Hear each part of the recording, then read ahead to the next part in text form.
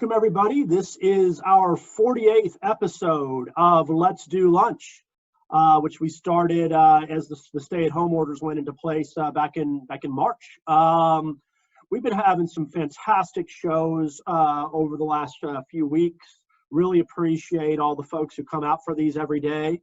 As a reminder, the chat is open, so please introduce yourself in the chat. And when you do, select all panelists and attendees as the drop-down so that everybody sees your post, not just the panelists here.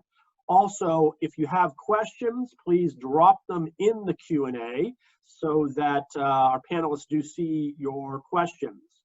So it's Friday, and typically this is our Business of Music Day, and we do have both of our guests come originally from the music industry, although our main guest here today is Arabian Prince, who is a tech entrepreneur and a social impact investor. He's also the founding member of NWA. It's really a pleasure to have him on the show today, and he will be in conversation with Hisham Dahud. Hisham also has spent quite a bit of time working in the music industry, and it's really a pleasure to have both you guys on the show. So come on, guys. What's up? Hey. Yo, what up? All right, what's going on, everyone? Thank you for joining us for Let's Do Lunch. It is Friday. It is noon on the Pacific Coast, where both Arabian and I are at. And yes, indeed, as Ned mentioned, our guest of honor in that regard is definitely Arabian Prince. Arabian, I'm not even going to try to talk about all the things that you do or where you've come from. I'm just going to simply hand the spotlight to you real quickly to introduce yourself, a little bit where you've come from and where you are today.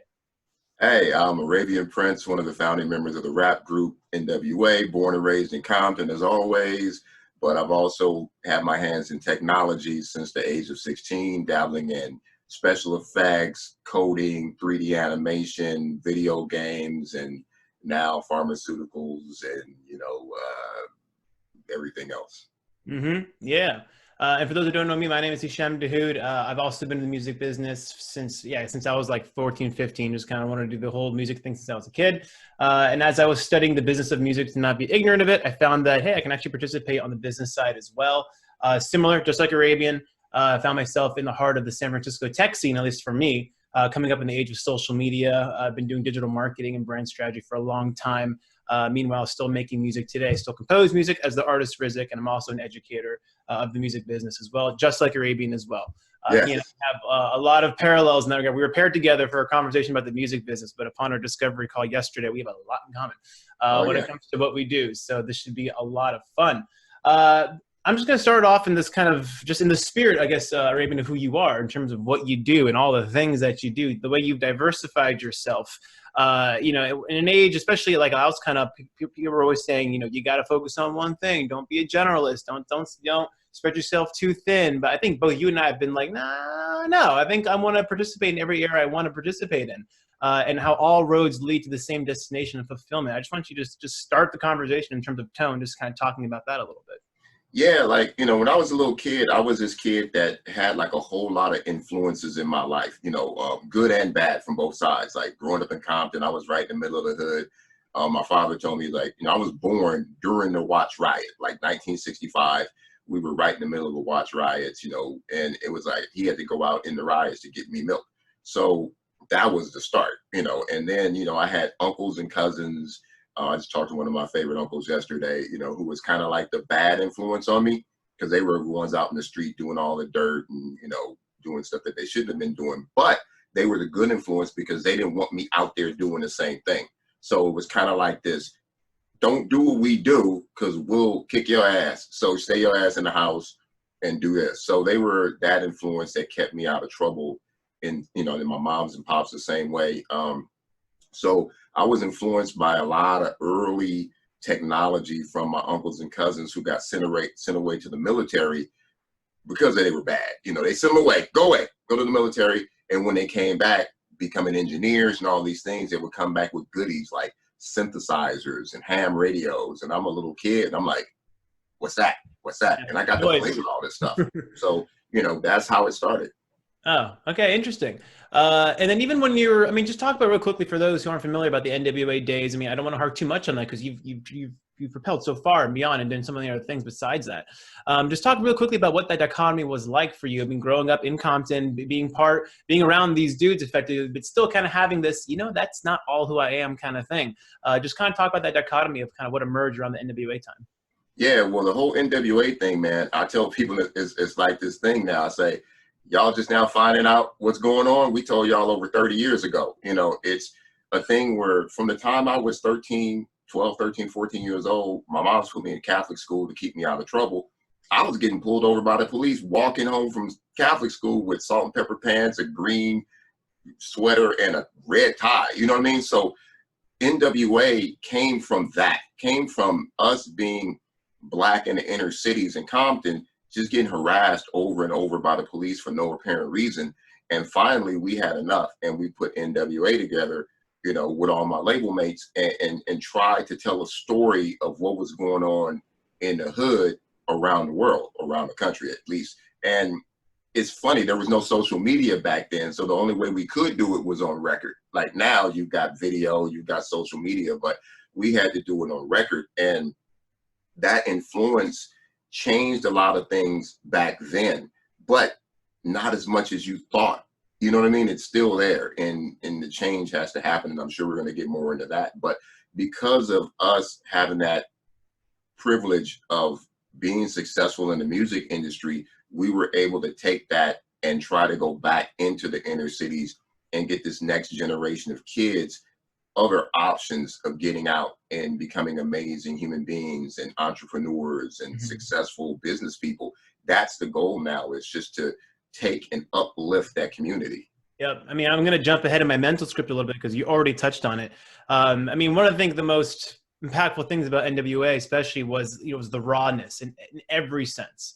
Like it was almost like like you said, the message was first thing first, I mean, and it wasn't so much about like, social media or making various forms of media. You're like, this is the only way you know how to do it. Put it on record, Yeah. Can you just, I mean, especially now in this, post-pandemic world, and obviously everything that's going on in terms of the racial temperature of the country, especially the climate, I mean, a lot of people, including myself, have been asking, like, where is the music of now in the terms that has that kind of message? I'm not necessarily saying protest music or preachy music, but in many ways, like now the medium of music seems to kind of take precedent now, especially in this playlisting culture. People want moods, playlists, very almost uniform production, whereas the message of most things, or whether you don't want to take a stance for alienating an audience or labels, whatever, is not quite there. So, I mean, where is your temperature in that regard now? Do you want to see more of that kind of music come out? Is there anyone right now that you can think of that's actually doing that, or is there even room for that right now? What do you think? Yeah, there's always room for it. I think that we as musicians, we have choices and rights to do whatever kind of music we want, because music is a tool to get something out of a person or a group of people. You want to get a mood and emotion out of somebody. So whether it's dance music, slow songs, love, whatever it is, gangster, it's all made to create some type of feeling in somebody. And Ice-T, and I was watching something on Ice-T and on LL Cool J the other day. They were talking, and they brought up the fact that they would like to see a lot more of just messages, because it's like you can only talk about money and cars and women and drugs for so long, and somewhere in there has to be interwoven a message. And I'm not saying don't do whatever the hell you want, because there's freedom of speech. You can do that forever. But at the same time, we right now, right this second now, we're in an aha moment, like a wake up moment.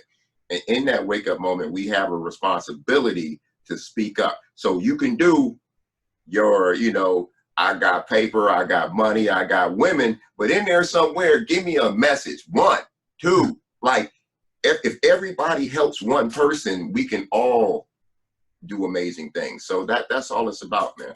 Yeah, and I can relate to that. I mean, a lot of people, I mean, a lot of younger audience especially, they're attracted by the basics. Give me a good beat that I can dance to and I'm good, right?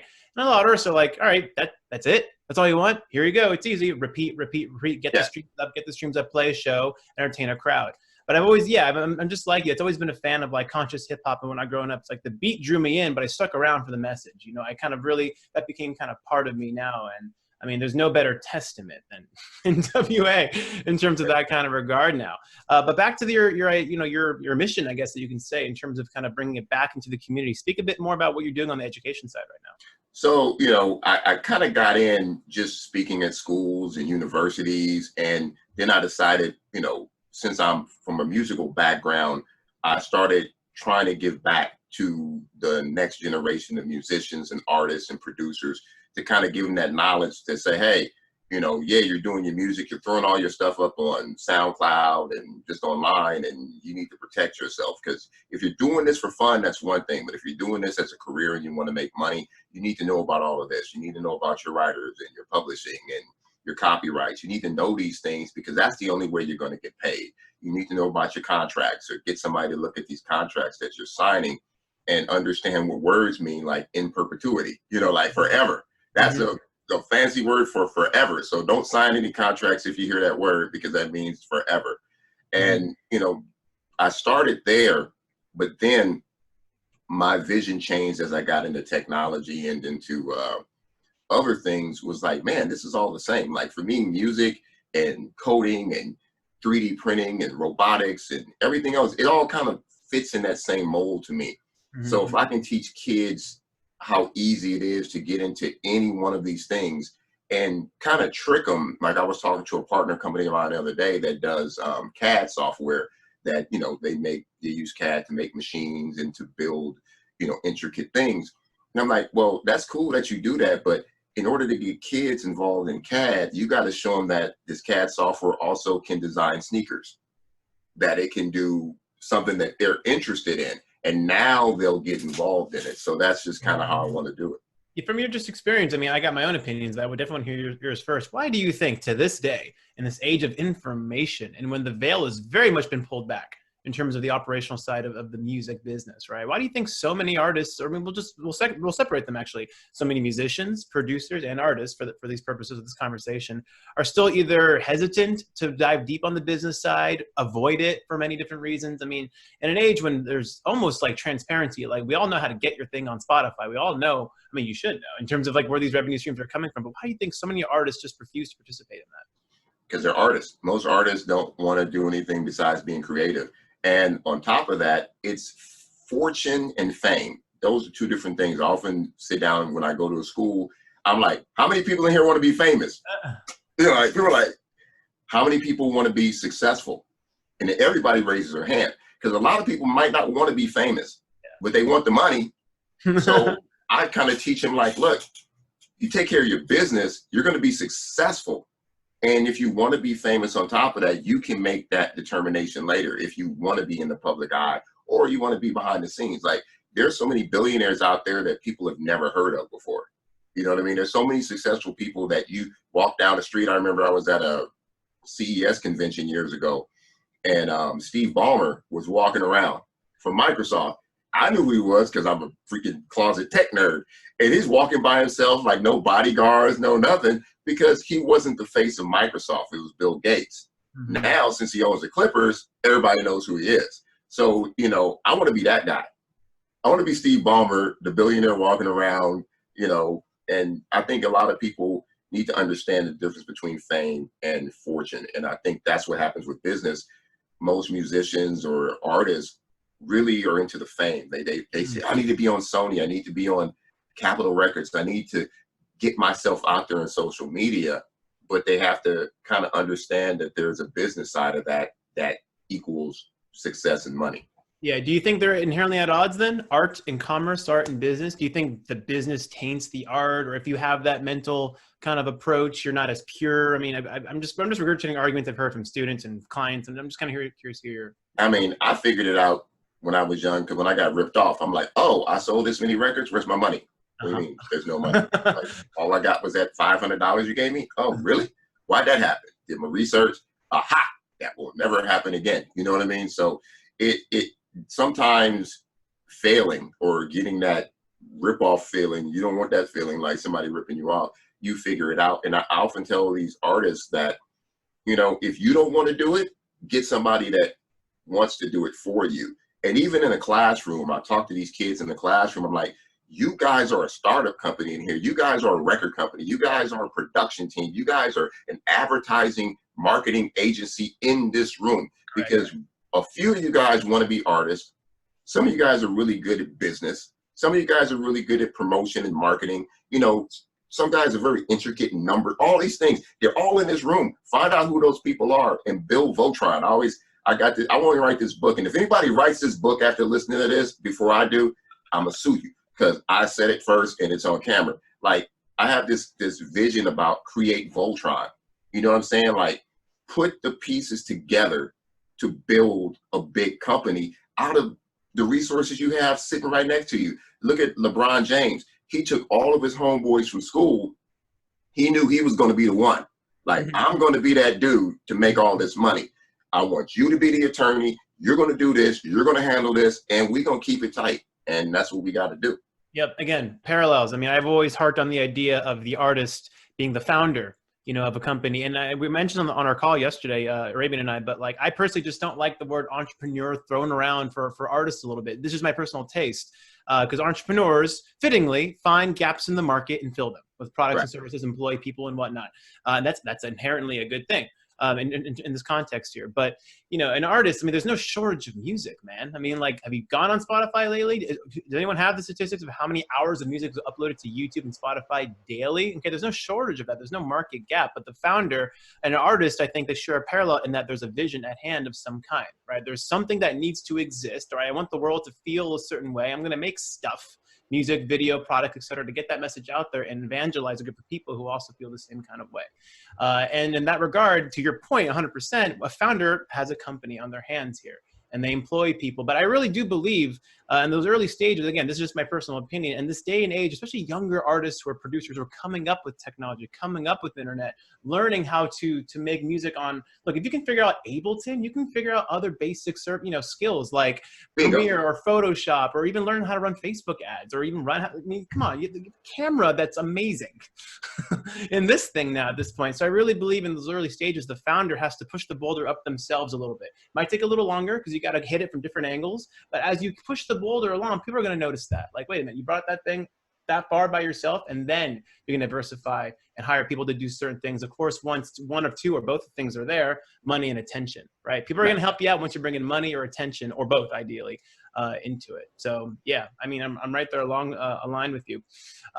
Just bring us into what you're seeing right now. I mean, on the gaming side, because again, I feel like I need to have like 4 hours with you, because there's so many different verticals of what you do.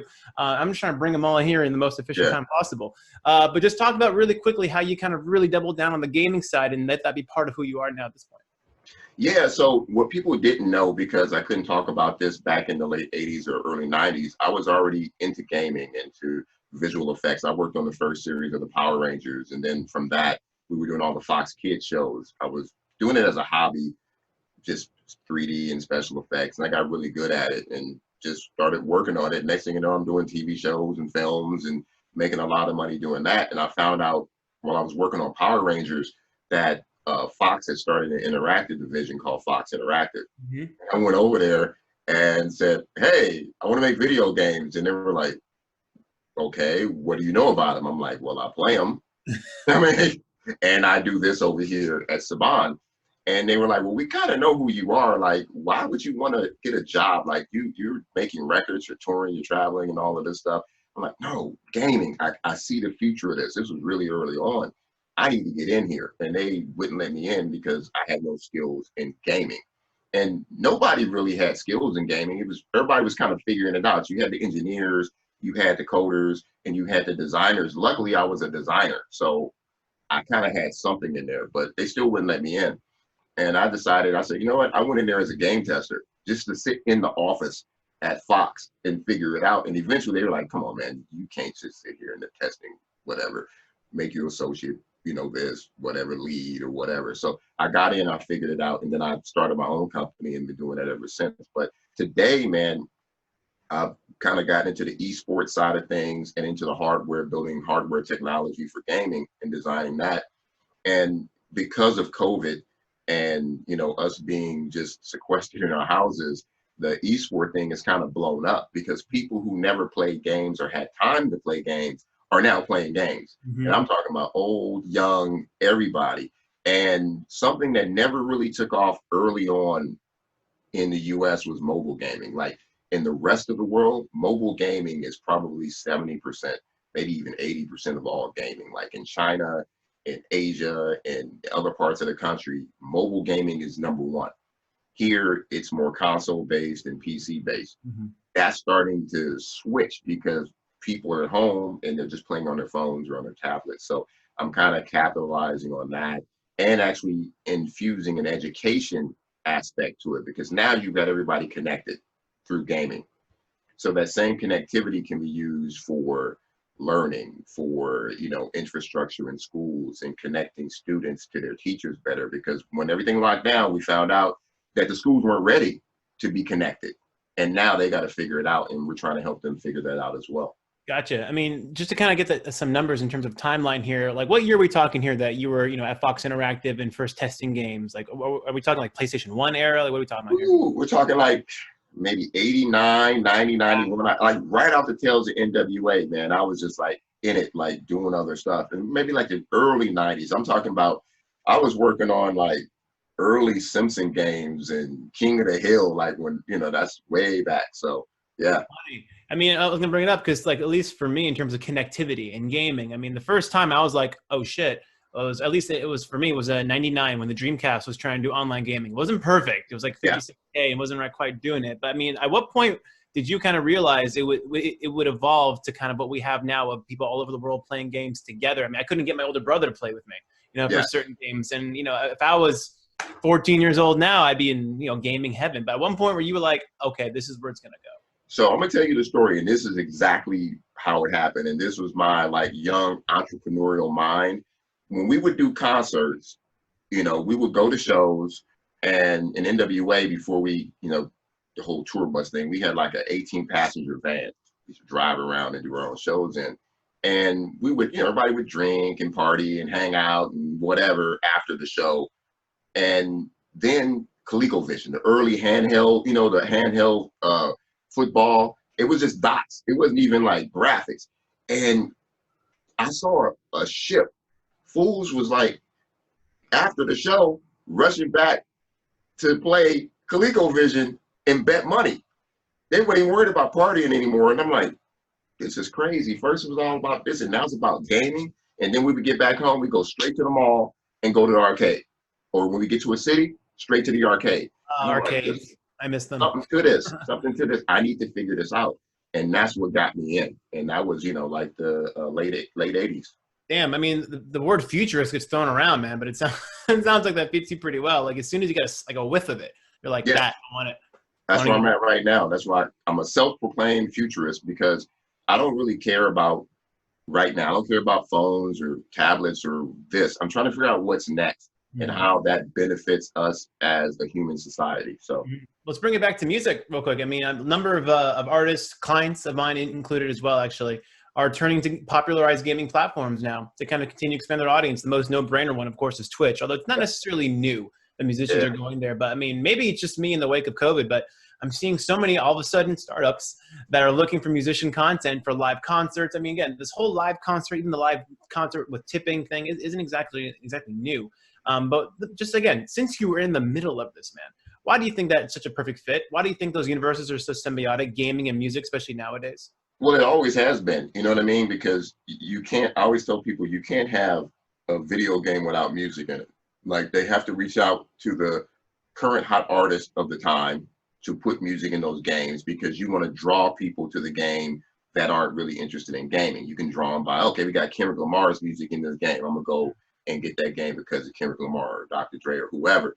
And at the same time, most of the people in the music business are gamers, because we got a lot of time on our hands between, you know, studio time or whatever you're working on music. I'm like working on music and playing games at the same time. So it's part of the culture. This new culture is all about gaming, and music is just a big part of that. And then when Twitch and Mixer and you know, Discord, a lot of these software streaming platforms, people were like, wait a minute, okay, I need to do a DJ set, or I need to play some music for my fans. I can do it on this platform. It's like, why wasn't I doing this like years ago? Yep, and that makes perfect sense. That makes perfect sense if you think about it, because let's just say traditional social media and the way it's matured now, it's a lot of bite-sized, short attention span, obviously. Quick, give me the fix now, the quick dopamine hit, right? And to your point, I think these other platforms, people are going there, but like, hi, I'm here, I got time. What do we check out? So whether I'm going to sit and watch someone else play a game through a speed run or something like that, or show me the new version of whatever, or the musician, like, hey, I got time, play a set. You know, like I think the culture of the platform obviously is very different as well, because people, I mean, I always thought like YouTube was like almost like the middle ground, right? There's social media, give the dopamine hit quick. There's YouTube, I got 8 minutes, you know, and then there's probably Twitch and these other ones like, I got all day, you know, whether it's a younger audience that's either getting out of school and they got the rest of the afternoon, or other professionals who can find chunks of hours of their time. It makes sense for active listening, active viewing, as opposed to very passive, you know, lean back, like what else you got next. So that makes perfect sense. Yeah, definitely. Yeah. In terms of where the industry is at now, I mean, just because you were there, you know, at the obviously throughout the you know, the height of the industry in terms of sales, right? Record sales, pushing sales and stuff, CDs, cassettes, you know, et cetera. Just kind of give me your interpretation of how the industry has evolved today. I mean, 2020 in the age of streaming. When there are artists out there who may have great numbers on streaming because they're on lots of playlists, but still no one knows who they are because they don't really build an audience, you know, through traditional means. Just kind of give me your lay of the land in terms of where the music business is at in terms of opportunities and maybe some issues that you're currently seeing. Yeah, I think now it's, you know, artists have to become their own brands now. They have to understand that they're not going to make the money off the streaming platforms. And you got to have like astronomical numbers now to make money on streaming. If you know, in the radio, back in the radio days, not that radio's gone away, but if you had 2 million plays on a radio station, you're making some pretty good money. If you got 2 million plays on a streaming platform, you're getting nothing. Like, it's ridiculous. So it's one of those things now where they have to kind of be able to take those numbers and take that fan base and turn that into a brand. Like, now I need to make money off of merchandising. I need to make money off of partnering with other brands that say, hey, look, I got 2 million people listening to my music. You guys pay me. You know, because I'm not going to get it over here. You pay me. Or, like I said, with these streaming platforms, figuring out how to take that base of people that love your music and getting them online to watch you in a virtual concert or pay you for, you know, shout outs or whatever. Because there's all these new platforms now that people hit me up the other day, like, can you say happy birthday to my uncle because he loves you? And I'm like, why? Why does he love me, first of all? And why do you want to pay me money to say happy birthday to him? You know, it's kind of a crazy new world. Because people will pay for it. I forgot that there's a platform for this. If someone knows, put it in the comments. There's a few. You can have celebrities, and they'll do shout outs, and man, it's great. I mean, I saw I'm a big pro wrestling fan, and one of my friends had a big pro wrestler shout him out, a few of them shout him out, and I was so jealous, like I want that. Yeah, Cameo, there it is. Yeah. So it works, I mean, because people will pay it. On that note, by the way, we got a question from Mark Patterson real quick, just to kind of chime in on it. How do you personally see the crossover between music and gaming evolving? Do you see artists becoming more involved in publishing and creating new gaming experiences? As futurists, what say you? Yeah, I mean, I've been doing it my whole life, and I'm surprised more people haven't done it. But I really believe that the playing field needs to level off a little bit more, because a lot of the musicians still aren't making a lot of money off the music and gaming. You know, there's billions of dollars in gaming, but they really haven't figured out how the royalties work on the music side. Like, I have songs and games that I did the song Supersonic by JJ Fad, and you know, we get royalties from games from that song and from some other stuff in Grand Theft Auto and other things I've done. I think I make more money off of the stuff I do when I'm actually composing. You know, I get a bigger check composing the background music or composing the theme songs for games as I would licensing my music. So hopefully that's going to change. And like I said, and I hate to use the word now, I'm going to use it. Most of the artists now are becoming entrepreneurs in a sense, and understanding that I can take my brand and take the money that I've made and invest in gaming, because that's where a lot of the money is. All right, let me ask you a little off-the-cuff question here. If you let's just say you're an artist now. Let's just say you're 18 years old, right? 18 years old. Besides the #1 slot, which is music, like either songwriting or production, what other 2 or 3 skills would you say learn alongside those right now? Whether it's another program, a software, a discipline, what would it be right now? I would say marketing and promotion for sure. Definitely, because if you're starting at 18 and you're trying to be a musician, I'm bad at it because I'm old. Like, old people don't understand social media. I'm understanding it, I deal with it, but it irritates me because I just want to do what I do. But then I realize, oh, I got to post this. Oh, I need to say this. I need to do this to get my fan base to understand or, see what I've got going on. The younger generation is on it. They're on their phones all the time. So for them, it's easy. And I think that that's the first thing you do. If you want to be successful, you build your fan base. So you got to be a self-marketer, a self-promoter. And then on top of that, you got to become, like I said, you want to become a brand. You need to be a store. You need to say, what can I sell? Like, people who love me, they just don't want to see me. They want something from me, whether it's a t-shirt or a photo or something that you can give. And, and the interaction, like interacting with your fan base, like in the chat. So when you see people say something to you, reach back. I understand you can't reach back to everyone. And there's always going to be the idiots out there and the trolls, whatever. Ignore the trolls, respond to the people that love what you do. And those are kind of like the tools. And as much as you can, stay on top of the technology. That's the biggest point, because how I got to where I was in the 80s, to be in a recording studio and not be a traditional musician that played drums or keyboard, even though I did, because my mother was a pianist and a piano teacher, but to be a traditional musician or not to be a traditional musician and be in a recording studio, you had to learn how to use a drum machine or a sequencer or a computer and sync that with the board and SMPTE and MIDI and all of these things. And that's how I got into technology. Same thing today, Ableton, Reason, Logic, all of these softwares, Fruity Loops that a lot of the kids are using, those are the tools they use, and it's all software based. So they're actually becoming these amazing engineers. Correct. They're doing like everything. You're a software engineer. Yeah, they're software engineers. They're doing everything in the box. They're mixing their own stuff. They're mastering their own stuff. They're getting it out there. So there's a career in that. Like, if your music career doesn't ever catch, you can also look at what you've learned and apply that to something else.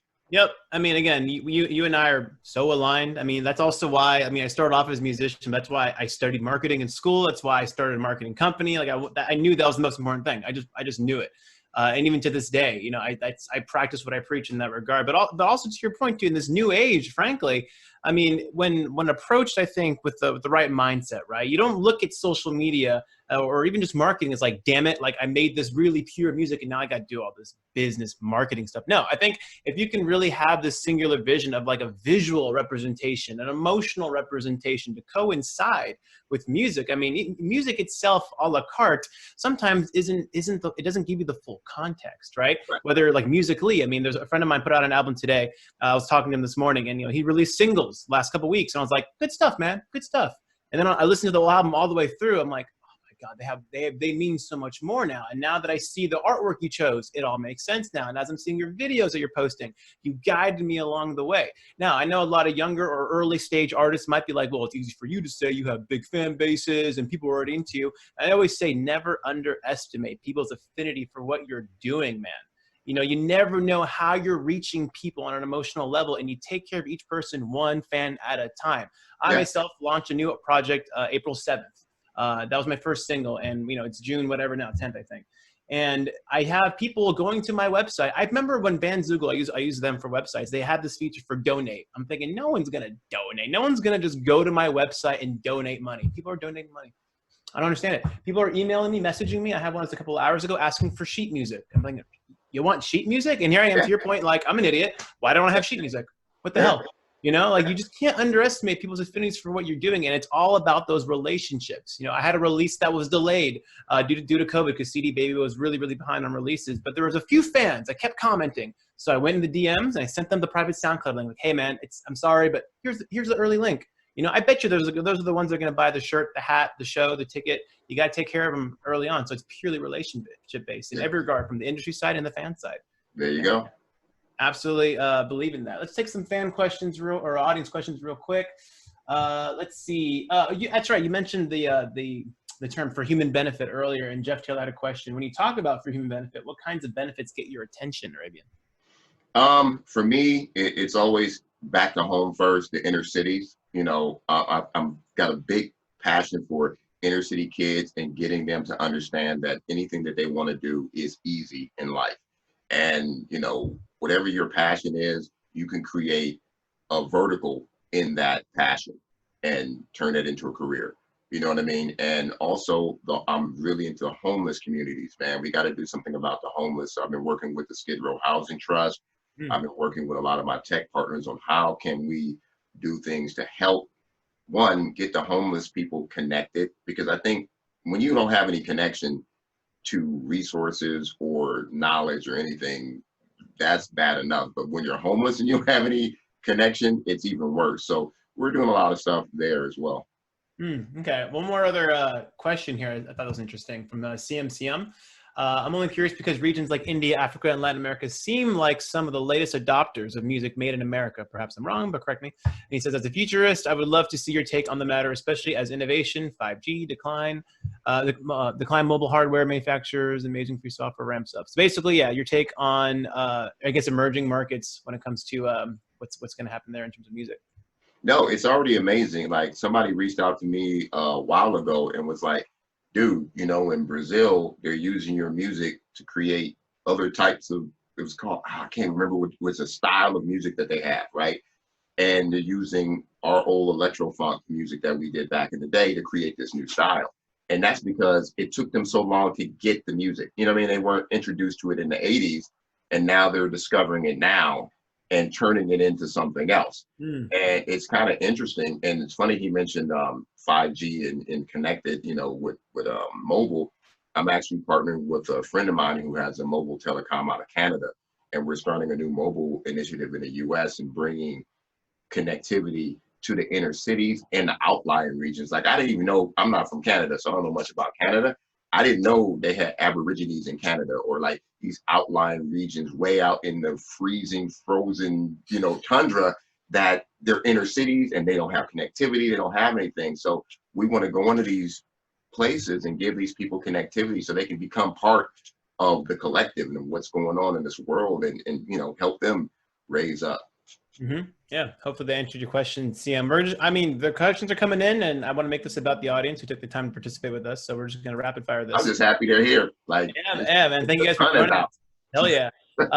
It wouldn't be a futurist tech conversation without these two letters, VR. Can you address VR? What is happening in the VR space? This is where people get mad at me. This is where I got a lot of VR buddies. This is where they get mad at me. I got so many VR headsets around, and I have been part of the VR community for, I'm going to say it, 30 years, because VR has been around for over 30 years. Like I was messing around with VR back in the Commodore 64 and VIC-20 days, you know what I mean? And here's the problem. There's a problem with VR. A bunch of money was thrown into VR a few years ago, and nothing came out of it because what happened was you had a lot of engineers creating these experiences and not enough creative people creating the experiences. Now you're getting the creative people on board and the technology is catching up, because even back then the technology was a little slow and dealing with the VR experience, people were getting sick, and that was because of the latency and all of these other little technical issues.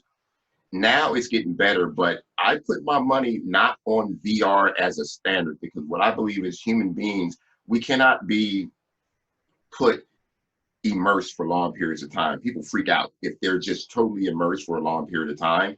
So VR I put in the category of kind of like Disneyland and Magic Mountain. You go for a while, you have some fun, and you're done. Augmented and mixed reality, I think, is the future, where it's always on 24 hours a day, 7 days a week. Like one of the most amazing things that happened to me yesterday, I was invited to a little charity golf tournament for 9 holes, social distancing and all that. So I went out.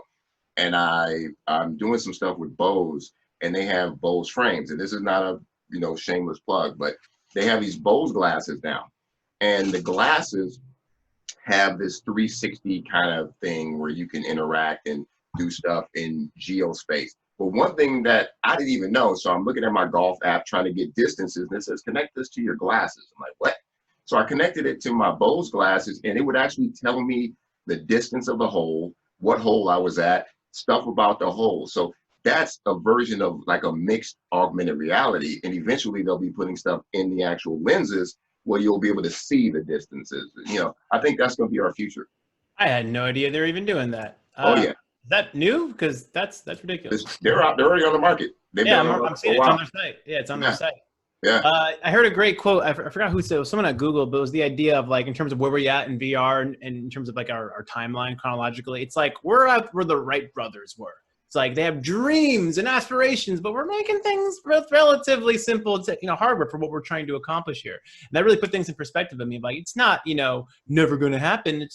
I mean, could you picture jets and SpaceX rockets when you were with the Wright brothers back then? Well, so you know what? I got another. This is to make some people mad too. So whenever I go to a tech convention and they let me on stage, I'm like, never let me on stage because I'm going to call people out. And the first thing I do is I say, all of you technologists in the audience, all of you people at you aerospace companies, you lied to me when I was a little kid. When I was a little kid, I saw these movies, Space, 1999, 2001 Space Odyssey, we're going to be the Jetsons and all of this crap. I'm still rolling around on a car with tires. Like, what's going on? Like, let's go, people. So we're all duped. I'm loving SpaceX, what they're doing, and some of the new companies, my people over at Virgin Galactic, I love what they're doing. And here's the key. Here's the thing. And I'm not that political, but I see I'm going to have to be now with all the things that are happening in this world. But I understand why things are taking so long, because this is a capitalist society. And just say the iPhone. They made an iPhone. Now, to be honest, it hasn't changed much since the iPhone came out. No. Technology-wise, very incremental. This because they're a big company and they're doing it to make money. It takes a startup. It takes a new company to disrupt. It takes somebody to go, you know what? We're tired of the smartphone. Here's the new thing. And then everybody adopts the new thing, and then you go through the incremental changes again. So I understand it. I think we should be further along than we are, but money rules business. So there's nothing. Well, I got to ask you that. I mean, before we, because I want to talk about, the pandemic and whatnot, what's happening with it, especially with what you're doing in response to it. But where are you in terms of the I guess the opinion of the breakup of big tech, right? I mean, like when I was coming up, I'm from San Francisco, but it was always just this like startup heaven of like, you're doing something amazing, and you became Instagram and you became this company. But now it feels like you get to a certain point and it's like the big giants go, nope, ours. We're going to put you aside. Thanks. Please make Instagram better now. Do you think these companies, namely Amazon and Facebook, where are you in terms of the breakup of big tech? I mean, they're going to do what they're going to do because they're the 800-pound gorillas now. But it takes somebody who's not greedy about money. You know what I mean? Like once you get to a certain point as a small startup, let's say you get to 100 million, you get too close to $1 billion, and some big company goes, uh-oh, they're a threat. Let's go give them $3 billion or $5 billion or $10 billion and take their company. On a business move, yes, you take that, because when are you ever going to get that kind of money? Well, you might, if they're going to offer you that kind of money now, that means they see the future of that company, or they just want to kill it off, one of the two. Mm-hmm. So it takes brave CEOs and entrepreneurs to take that risk and go, you know what, let's maybe manage this ourselves and try to get to that and change. Or no, we're not going to sell you the company, but we're going to partner with you and create something else. And I think in this aha moment we have of where everybody, the woke moment, like right now, I'm gonna say George Floyd, we got to say the Black Lives Matter and all of that. I'm all in that. Because of this, because of right now, these big companies need to open up their minds and open up their resources and say, hey, we're part of a community. We can't just be the owners of it all. We have to spread it out and share it. And if you do that, you become even bigger in the community. And that's what has to happen. Yep. Let's kind of jump in real quick into, the other elephant in the room in terms of the pandemic. This is also why we're here on Zoom too. And I want to just transition with a good question from Adrian Stern here. I mean, what do you think? Did VR miss its window during COVID? What do you think? Yeah, they've been trying, but like I said, it's about getting that technology in the pipeline, in play, and getting the creative people to create. It costs a lot of money to create in VR and to create amazing VR experiences. I love VR personally. I love it. I'll go put on a headset once, twice a week and just mess around in there. I think also too, VR could be a very, very big social tool Mhm. with your friends, you know, getting in the room and have your avatars or whatever and interacting. But I've seen all the tools that are out there. They're just not robust enough. They're just not good enough. Somebody needs to create that, but nobody wants to put the money in to create it because so much money has gone in, you Of know, so course. far. Yeah. Yeah, of course, of course. Here's an interesting question back to the esports side of things from Mark Patterson. With pro sports coming back, do you think mainstream spectator esports events will continue, or do you expect people to quickly focus on live sports again? I think both. And I also think that just like with pro sports, less than 1% of the people in the world play pro sports, right? Less than 1% of the people are esport pros. I think the bigger picture is the casual esport gamer. There are hundreds of millions of those in the world. And I think that companies, including mine, are looking at that dynamic because that's where the money is. And I think that's where the future is going to be in the bigger global esports as opposed to just the pro esports. Let's bring it back to music in that regard. You know, in the wake of the pandemic, as we enter into this new normal, I guess you can say, how do you anticipate the music business will change in terms of, you know, its overall dynamic between the fans and artists? I mean, do you think people will continue to want to watch long live streams even when they can go out and about and do their thing? I mean, the whole venue situation we can talk about another point. It's a whole nother, you know, thing to Yeah. talk about what's happening in the venues. But I mean, what's your prediction? I mean, if you had that crystal ball in terms of what the new music market will look like a year from now, once we're entering this new normal. Man, I don't even know. Like I've already had some canceled shows in mind. People have already rebooked my tickets for like September, October. I'm like, really? Yeah. Okay. I'll let you know when September comes if I'm gonna be there, you know. So I'm waiting to see on that. But I think that a lot of artists have figured it out now and figured out how to direct market to their consumers and their fans. And I think that's going to be the big difference is like, I don't think I even have to have my fans at my event anymore. I can go to a concert spot by myself with my crew and set up on stage with some good cameras, and people will sit at home and watch. When it's safe for them to come back out, or if they want to come out, cool. But I think people just want to see their artists. Man, I sit online and watch all my favorite artists all day. I've recently discovered this girl, Tosh Sultana. She's been around for a while, but she plays her own. She loops and plays like. Her early videos were so special. Oh my God. House, you know? I'm like, I got her on like notify me when something's going down. As soon as she's about to do something, I'm on it. So I think people now, because people can understand that they can see stuff at any time now, it's gonna be more of that. Yeah, I mean, I'm with you. My short-term prediction is that I think as venues open back up, just the same way, you know, like gyms and whatnot, which today in California are technically allowed to open. You're gonna Except for basketball, and I'm mad about that because I play basketball, so I gotta wait. Shit. But the whole idea there is reduced capacity, right? Well, right. I think as venues open back up, you're going to see reduced capacity. But man, I think a lot of the smart artists, especially the ones on the majors, with a lot of money on the line and a lot of money to put in, they're going to make events of these. Like, you know, name that, or like John Legend's first concert back is going to be a global event. Yeah. Live streamed, like the whole thing. And I think it's going to scale all the way down. You know, I really think artists are going to be live streaming concerts in the short run, I think, in public venues and make them events for everyone to see.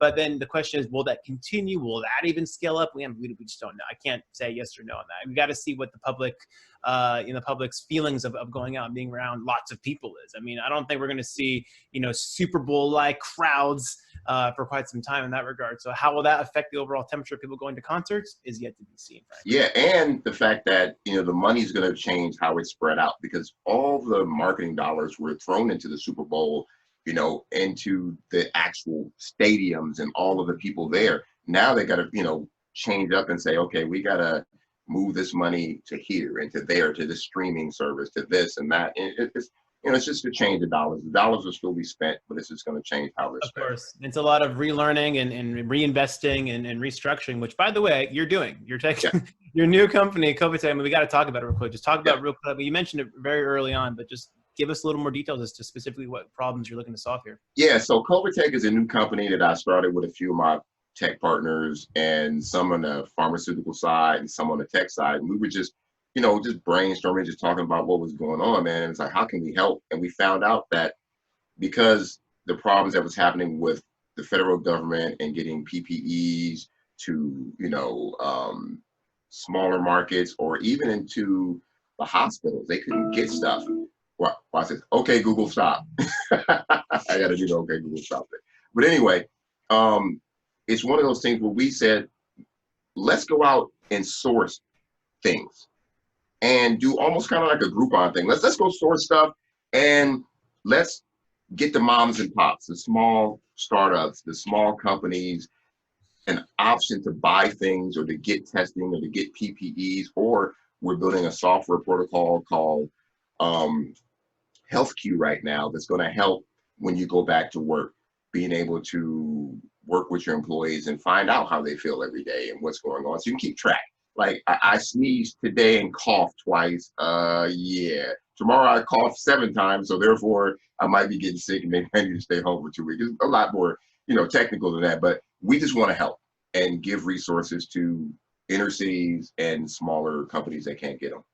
Love it. Who, since there's obviously different types of people in this audience who could potentially contribute to that, what kind of people are you on the lookout for? What kind of partners, if any? Oh my God. I mean, anybody who can supply us with anything that we need. And every day it's something different because we find out from companies that go, oh, we didn't know we needed this until we went back to work. And then we find out what that is. And then we go out and do the sourcing and trying to figure out that infrastructure for them. So yeah, I mean, we're willing to partner with any and everybody and also partner with companies that need as well and help them get those resources. Mm-hmm. Love it. I mean, the classic example of the Renaissance soul, Arabian Prince over here, man. I mean, when I first learned that term of like, I want to do music, but I want to do all these other things. So many people were like, you can't do that. But my great mentor, Gian Fierro, introduced me to this concept of the Renaissance soul. I'm like, that's me. I got to do all these things, but you're on like another level when it comes to that. So it's been a privilege talking to you. Ned, welcome back. Gentlemen, thanks. Really engaging conversation. Arabian, love all the stuff you're doing. It's inspiring to have you on the show. Hisham as well. You guys, you're always welcome back. And folks, just a reminder, we love to be engaged with you virtually like this. But I always try to remind people on Fridays, try to get away from your screens a little bit if you can. Walk outside, look at the sky. You got to detach every now and then too. We'll be back on Monday. Monday's our Business of Streaming show. And we have a representative from Vizio, executive from Vizio on the show. She'll be talking about smart TV channel development with an executive from Endemol Shine. So take care. Peace, everybody. Have a great weekend. Be safe. Hey, guys. Thanks a lot.